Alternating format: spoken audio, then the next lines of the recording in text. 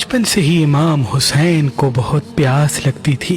आप रात के बीच में पानी मांगते थे। बीबी फातिमा ज़हरा सलाम अलैहा का जब वक्त आखिर आता है तो आप इमाम अली से वसीयत फरमाती हैं कि ए अली, मेरे इस बेटे हुसैन को बहुत प्यास लगती है, रात को 2-3 मरतबा उठ के पानी मांगता है, मेरे इस हुसैन को कभी प्यासा रहने न देना। फिर आप वसीयत फरमाती हैं, मेरी शहादत के बाद एक शुजा कबीले से शादी करना, अल्लाह तुझे एक उससे बेटा देगा, उसका नाम अब्बास रखना और उसे कहना कि रसूल की बेटी ने तुम्हारे लिए ये कुर्ता अपने हाथों से बनाया है और उसके हाथ में मेरे हुसैन का हाथ देना और उसे कहना हुसैन का ख्याल रखे। बस इमाम अली बीबी सैयदा की शहादत के बाद बीबी उम्मुल बनीन से शादी करते हैं। अल्लाह उनसे एक बेटा अता करता है, आप उनका नाम अब्बास रखते हैं। जैसे ही जनाब अब्बास थोड़े से बड़े होते हैं, आप फरमाते हैं, ऐ अब्बास, इस हुसैन की हिफाजत करना, और मेरे बेटे हुसैन को बहुत प्यास लगती है। रसूल की बेटी वसीयत करके गई थी कि मेरा हुसैन आधी रात को उठ के पानी मांगता है, अब्बास हुसैन के कदमों में सोना और अगर रात को हुसैन पानी मांगे तो उसे पानी पिलाना। जनाब अब्बास पूरी रात जागते रहते थे कि मेरे आका हुसैन को प्यास लगे तो मैं उनको फौरन पानी दूं। बस दौर ऐसा गुजरता है और गुर्बत ऐसी आ जाती है जब करबो बला के मैदान में 10 मुहर्रम के दिन वो ही हुसैन प्यासा होता है। जनाब अब्बास बार बार उनकी प्यास को देख के गमज़दा होते हैं। इमाम हुसैन के बच्चों की प्यास को देख के रोते रहते हैं। जनाब अब्बास इमाम हुसैन के कदमों में अपने बेटे कुर्बान करते हैं, अपने भाई कुर्बान करते हैं। आप फरमाते हैं, ऐ मेरे आका, मुझे इजाजत दें ताकि मैं भी मैदान में जाके इन जालिमों को बताऊं कि मैं अली का शेर हूँ। जनाब हुसैन फरमाते हैं, अब्बास, तुझे मेरे बाद मेरी बहनों के पर्दे की हिफाजत करनी है। बिलाखिर जनाब अब्बास के पास 4 साला बच्ची बीबी सकीना बिनते इमाम हुसैन आती हैं और फरमाती हैं, ऐ चाचा, तमाम बच्चे प्यासे हैं और कहते हैं कि जिसका अब्बास जैसा चचा हो वो कैसे प्यासे रह सकते हैं।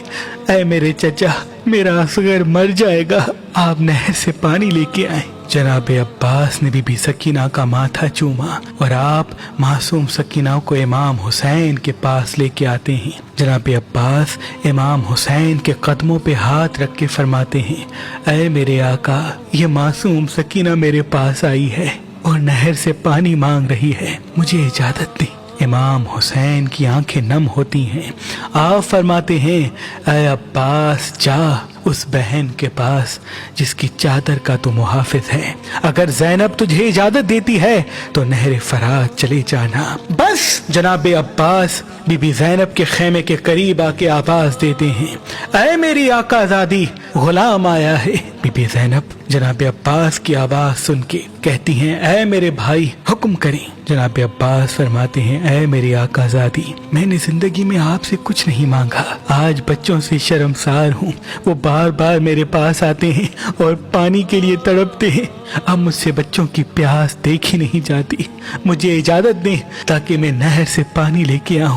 बीबी ज़ैनब ने जैसे ही ये सुना तो आप ज़ारो कतार रो के नजफ की तरफ मुंह करती हैं और कहती हैं, ऐ मेरे बाबा अली, आज मुझे समझ में आता है कि मैं कैदी भी हो जाऊंगी, मेरी चादर भी लुट जाएगी, अब्बास के बाद मुझे बागी भी कहा जाएगा, मुझे पत्थर भी मारे जाएंगे। बस जनाब अब्बास इजाजत लेके शेर की तरह मैदान में आते हैं और लश्कर को चीर के ऐसे हमला करते हैं कि फौज यजीद को खैबर और खंदक याद आ जाती है और तमाम सिपाही भागना शुरू कर देते हैं।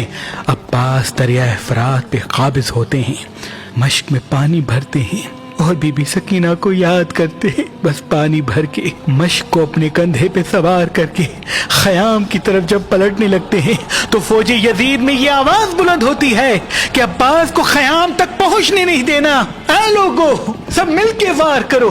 اگر پانی حسین تک پہنچ گیا پھر ان کو مات دینا مشکل ہوگی۔ بس جناب عباس تیز تیز خیموں کی طرف جا رہے تھے اور ظالموں نے مل کے وار کرنا شروع کر دیے۔ کوئی تیر مارتا ہے، کوئی نیزے مارتا ہے، کوئی برچیاں پھینکتا ہے۔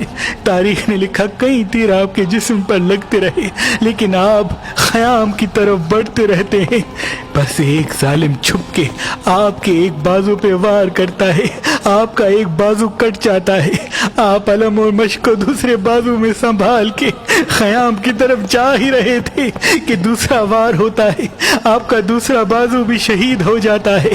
بس آپ مشق کو اپنے دانتوں میں سنبھال کے خیام کی طرف بڑھتے جاتے ہیں اور تیروں کی بارش مسلسل آپ پہ ہوتی رہتی ہے۔ ایک تیر مشق کو لگتا ہے اور مشق کا پانی بہنا شروع کر دیتا ہے، پھر ایک تیر آپ کی آنکھ میں لگتا ہے، آپ کی آنکھ سے خون بہنا شروع ہو جاتا ہے۔ بس آپ یہ چاہتے ہیں کہ آنکھ کا تیر نکالا جائے۔